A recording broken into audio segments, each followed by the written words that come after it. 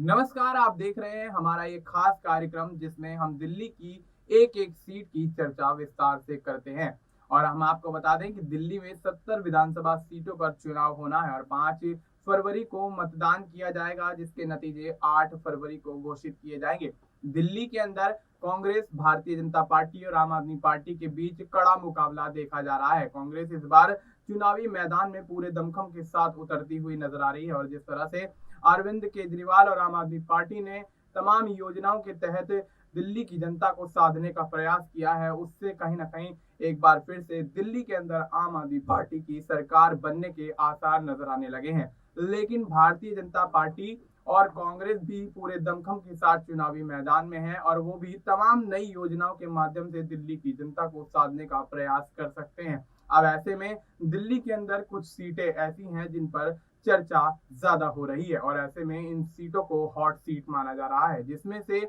एक सीट है ग्रेटर कैलाश की। ग्रेटर कैलाश विधानसभा सीट पर मिले जुले वोट बैंक का असर देखा जाता है और यहाँ पर मिली जुली जाति के लोग रहते हैं और सभी धर्मों के लोग इस सीट पर पाए जाते हैं और ऐसे में देखा जा रहा है 2013 से अस्तित्व में आई इस सीट से कहीं ना कहीं आम आदमी पार्टी लगातार डंका बजाती हुई नजर आई है और ना तो कांग्रेस और ना ही भारतीय जनता पार्टी को इस सीट से जीत हासिल हुई है। अब ऐसे में इस बार विधानसभा चुनाव में जो समीकरण बनते हुए नजर आ रहे हैं उससे भी आम आदमी पार्टी एक बार फिर से जीत की तरफ बढ़ती हुई दिखाई दे रही है। लेकिन क्या कांग्रेस और भारतीय जनता पार्टी आम आदमी पार्टी की इस जीत की लगातार लग रही झड़ी को तोड़ते हुए नजर आएंगे या फिर नहीं, इस मुद्दे पर विस्तार से चर्चा करेंगे और हमारे सहयोगी वफा अब्बास से इस सीट के बारे में और भी अधिक जानेंगे। तो सबसे पहले आपको बता दें कि पूर्वी दिल्ली लोकसभा क्षेत्र जो है उसके अंदर 10 विधानसभा सीटें आती हैं, जिसमें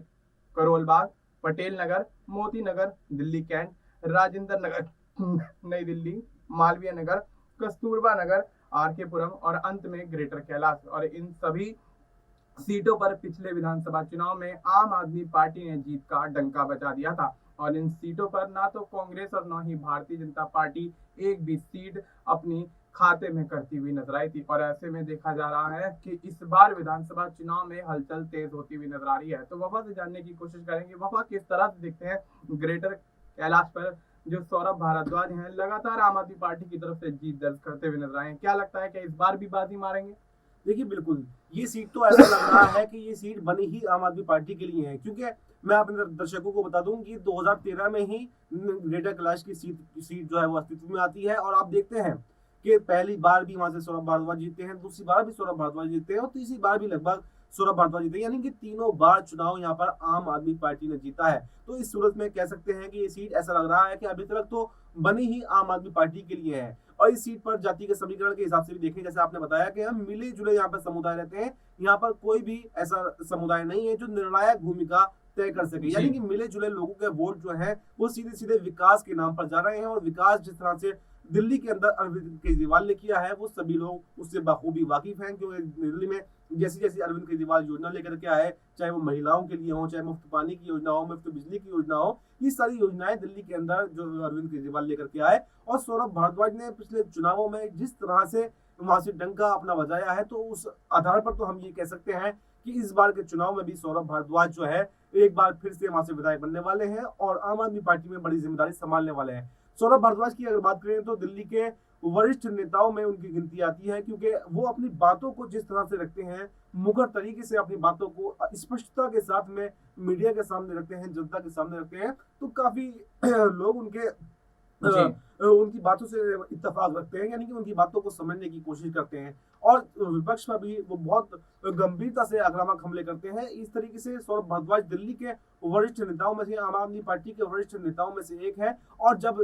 जैसे कि अरविंद केजरीवाल जब जेल गए थे, तो आपको पता होगी दो नामों की मुख्यमंत्री बनने के लिए सबसे ज्यादा चर्चा थी। एक नाम था आतिश सिंह का और दूसरा नाम अगर कोई था तो वो था सौरभ भारद्वाज का। यानी सौरभ भारद्वाज दिल्ली के और आम आदमी पार्टी के बड़े नेताओं में से एक हैं, तो वो यहाँ पर जीत इस बार जरूर दर्ज करेंगे, क्योंकि जिस हिसाब से समीकरण बनना है लगभग 2 लाख के आसपास इस सीट पर वोट है और सभी जातियों का इस सीट पर वोट है, तो ऐसा लग रहा है कि इस बार भी आम आदमी पार्टी की आंधी इस सीट पर बरकरार रहने वाली है। जी बिल्कुल, तो ऐसे में आम आदमी पार्टी के सौरभ भारद्वाज कहीं ना कहीं एक मजबूत कैंडिडेट इस विधानसभा सीट पर माने जा रहे हैं। और अगर 2020 की बात करें तो आपको जिस तरह हमने पहले बताया कि 10 की 10 लोकसभा विधानसभा माफ कीजिएगा विधानसभा सीट जो कि पूर्वी दिल्ली लोकसभा क्षेत्र के अंतर्गत आती हैं, उन सभी पर आम आदमी पार्टी ने अपनी जीत का झंडा लहरा दिया था। और ऐसे में ग्रेटर कैलाश से सौरभ भारद्वाज 2020 में विधायक बनते हुए नजर आए थे, जिसके बाद उन्होंने पार्टी के अंदर कई बड़ी जिम्मेदारियां भी संभाली। आपको बता दें कि 2013 से 2020 तक का अगर यहाँ पर आकलन कर लें तो 2013 से 20 तक लगातार आम आदमी पार्टी ने ग्रेटर कैलाश की सीट पर अपनी जीत का परचम लहराया है। और ऐसे में कांग्रेस और भारतीय जनता पार्टी को एक कड़ी चुनौती देते हुए 2013 में भी और 20 में भी जिस तरह से आम आदमी पार्टी ने, और अगर बात कर लें तो 2015 में भी जिस तरह से आम आदमी पार्टी ने लगातार 3 चुनाव में जिस तरह से भारतीय जनता पार्टी को एक बड़ी चुनौती दी है, देखा गया जिस तरह से केंद्र में भारतीय जनता पार्टी की सरकार थी, उसके बावजूद यहाँ ये कयास लगाए जा रहे थे कि भारतीय जनता पार्टी का दबदबा कहीं ना कहीं दिल्ली के अंदर यहाँ पर देखा जा सकता है। और दिल्ली विधानसभा चुनाव के अंदर कहीं ना कहीं भारतीय जनता पार्टी आम आदमी पार्टी के मुकाबले मजबूत हो सकती है। लेकिन आम आदमी पार्टी ने जिस तरह से 2013 से अस्तित्व में आकर जो विधानसभा चुनाव लड़ा, उसके बाद 2015 में 2020 में लगातार इस सीट से यानी कि ग्रेटर कैलाश की विधानसभा सीट से सौरभ भारद्वाज ने अपनी जीत को सुनिश्चित किया। और आपको बता दें कि 2015 में 67 सीटों पर आम आदमी पार्टी ने बड़ी जीत दर्ज की थी, जो कि भारतीय जनता पार्टी के लिए एक चौंकाने वाला आंकड़ा था।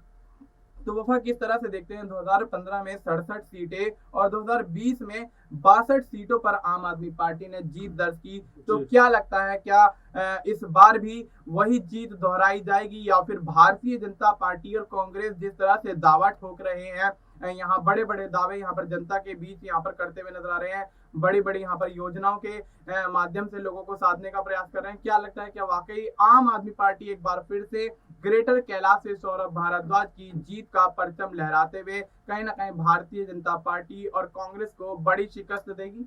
देखिए, ग्रेटर कैलाश की अगर बात करें तो ग्रेटर कैलाश की समीकरण जहाँ से हमारे रिपोर्टरों ने जो डेटा इकट्ठा किया, जो लोगों से बातचीत की, उसके आधार पर, उस सर्वे के आधार पर हम ये कह सकते हैं कि ग्रेटर कैलाश का माहौल तो पूरा सौरभ भारद्वाज के पक्ष में बनता हुआ दिखाई दे रहा है। और जो 2015 में 2020 में उन्होंने मार्जिन जो हासिल किया था, जो गैप था, वो लगता है इस बार और ज्यादा बढ़ने वाला है, यानी कि जीत कहीं और ज्यादा बड़ी होने वाली है। और जैसे कि आपने कहा कि बीजेपी दिल्ली के अंदर क्या कर सकती है, तो जैसे कि 67 सीटें आम आदमी पार्टी ने 2015 में हासिल की थी, 2020 में 62 सीटें हासिल की थी, तो क्या इस बार जो है बीजेपी और सीटें बढ़ा सकती है, आम आदमी पार्टी की सीटें कम हो सकती हैं? तो इस पर मैं अपनी बात रखना चाहूंगा कि हाँ, इस बात की संभावनाएं जरूर जताई जा रही हैं कि इस बार आम आदमी पार्टी की सीटें 62 से घटकर लगभग 50 से 55 के बीच में रह सकती हैं, लेकिन एक बहुमत के साथ में दिल्ली में फिर से आम आदमी पार्टी की सरकार बनने वाली है। वहीं जो इन सीटों का नुकसान आम आदमी पार्टी को होगा, इसका सीधा फायदा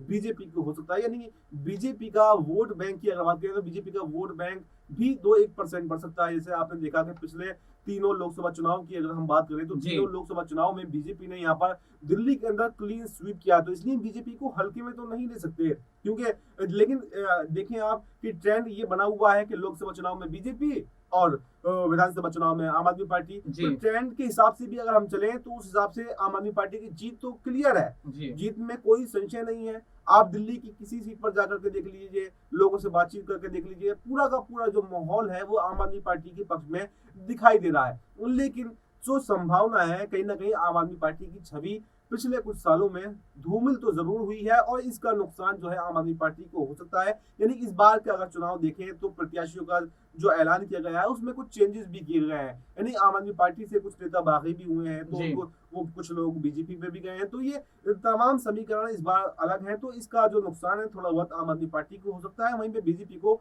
बढ़त मिल सकती है। लेकिन ये बात कहना, इसमें कोई संशय नहीं है कि दिल्ली में एक बार फिर से आम आदमी पार्टी की सरकार बनने वाली है। मैं एक डेटा और बता दूं, जैसे कि फलौदी सट्टा बाजार है, जो देश में कहीं पर भी चुनाव होते हैं तो फलौदी सट्टा बाजार जो है अपने अपने समीकरण लगाता है, अपने अपने शर्तें लगाता है, उसके आधार पर वो डेटा कहाँ से निकालते हैं इस बात का तो हम भी कोई पुष्टि नहीं करते हैं, कहाँ से वो सर्वे कराते हैं, कहाँ से वो डेटा निकालते हैं। लेकिन ये देखा गया है कि काफी हद तक जो उनका डेटा होता है, जो उनका सर्वे होता है, उनकी जो पहले से वादे किए जाते हैं वो कहीं ना कहीं लगभग ठीक बैठते हैं उनके समीकरण। तो उस हिसाब से भी अगर देखें तो फलौदी सट्टा बाजार ने भी बड़ा ऐलान किया है और उन्होंने कहा कि 50 से 55 सीटें ही इस बार आम आदमी पार्टी जीतेगी, बाकी की सीटें जो हैं बीजेपी की खाते में जा सकती हैं। और हमारा जो सर्वे है, हमारा जो डेटा है वो भी यही कह रहा है कि 50 से 52 या 55 सीटों के बीच में आम आदमी पार्टी की सीटें रहने वाली है, यानी कि एक प्रचंड बहुमत के साथ में फिर से अरविंद केजरीवाल की सरकार दिल्ली के अंदर बनने वाली है। जी बिल्कुल वफा, बहुत बहुत शुक्रिया ये जानकारी साझा करने के लिए कि दिल्ली के अंदर लगभग 50 से 55 सीटों पर आम आदमी पार्टी इस बार यानी 2025 के विधानसभा चुनाव में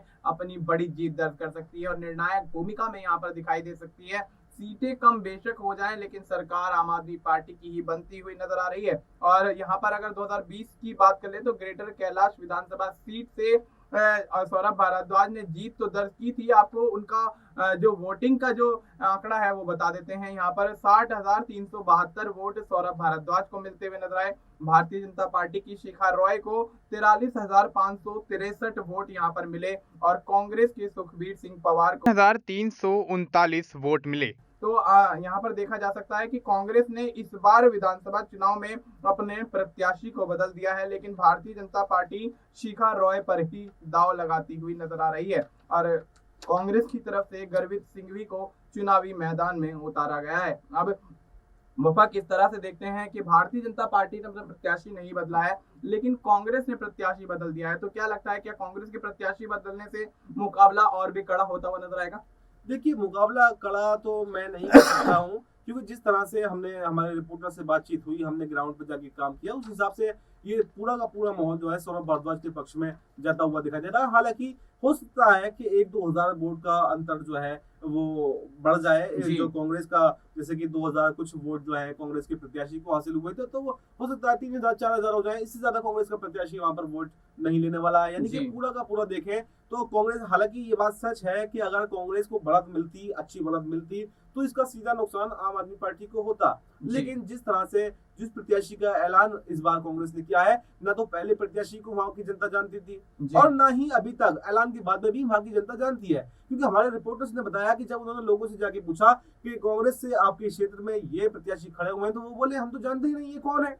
जी। वहां पर 2 ही नाम प्रचलित हैं, एक नाम तो सौरभ भारद्वाज का नाम है और जैसे दूसरा आपने बताया बीजेपी प्रत्याशी शिखा रॉय का नाम है। तो यानी कि 2 प्रत्याशी तो मैदान में है और यही इनके बीच में सीधा मुकाबला है। कांग्रेस तो यहाँ पर टक्कर में है ही नहीं, तो कांग्रेस की बात अलग रख देते हैं। हालांकि अगर बात करें कांग्रेस को प्रत्याशी बदले या कोई भी प्रत्याशी आए, इसका कोई भी असर जो ग्रेटर कैलाश की सीट पर नहीं पड़ने वाला है, क्योंकि सौरभ भारद्वाज ने पिछले 5 सालों में जिस तरह से काम किया है, सरकार के अंदर एक भूमिका निभाई है, वो कैबिनेट मंत्री के रूप में उन्होंने काम किया है, तो उनकी प्रतिष्ठा जो है ग्रेटर कैलाश के अंदर कहीं ना कहीं और ज्यादा बढ़ी है। तो इसलिए मैं कह रहा हूँ कि मार्जिन जो पिछली बार था उनको 60,000 वोट मिले थे, यानी 17,000 वोटों से उनकी जीत हुई थी। तो मेरा मानना तो यह है इस बार उनको 70,000 प्लस वोट मिल सकते हैं और कहीं ना कहीं मार्जिन जो है ज्यादा होता हुआ दिखाई दे सकता है, यानी कि पहले से बड़ी जीत यहाँ पर सौरभ भारद्वाज की होने जा रही है। जी बिल्कुल, तो पहले से बड़ी जीत दर्ज करते हुए यहाँ पर सौरभ भारद्वाज दिखाई दे सकते हैं और ऐसे में यहाँ पर शिखा रॉय से उनका मुकाबला कड़ा होता हुआ नजर आ सकता है, लेकिन गर्वित सिंघवी इतना ज्यादा खासा प्रभाव नहीं डालते हुए नजर आएंगे।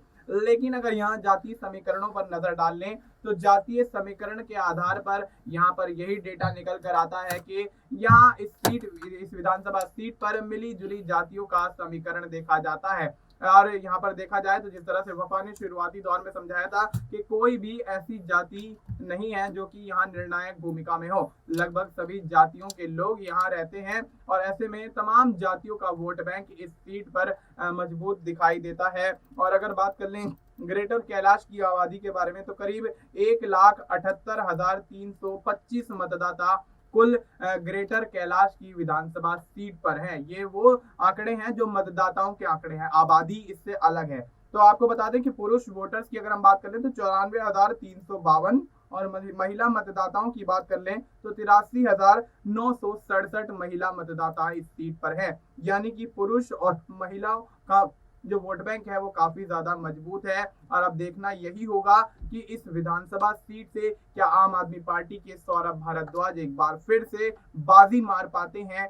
या फिर कहीं ना कहीं गर्वित सिंघवी और शिखा रॉय में से कोई एक जीत का परचम लहराता हुआ नजर आएगा। फिलहाल आपको इस मुद्दे पर क्या कुछ कहना है, आप अपनी राय हमें कमेंट करके बता सकते हैं। बाकी देश और दुनिया से जुड़ी तमाम जानकारी के लिए आप देखते रहिए SPN9 न्यूज।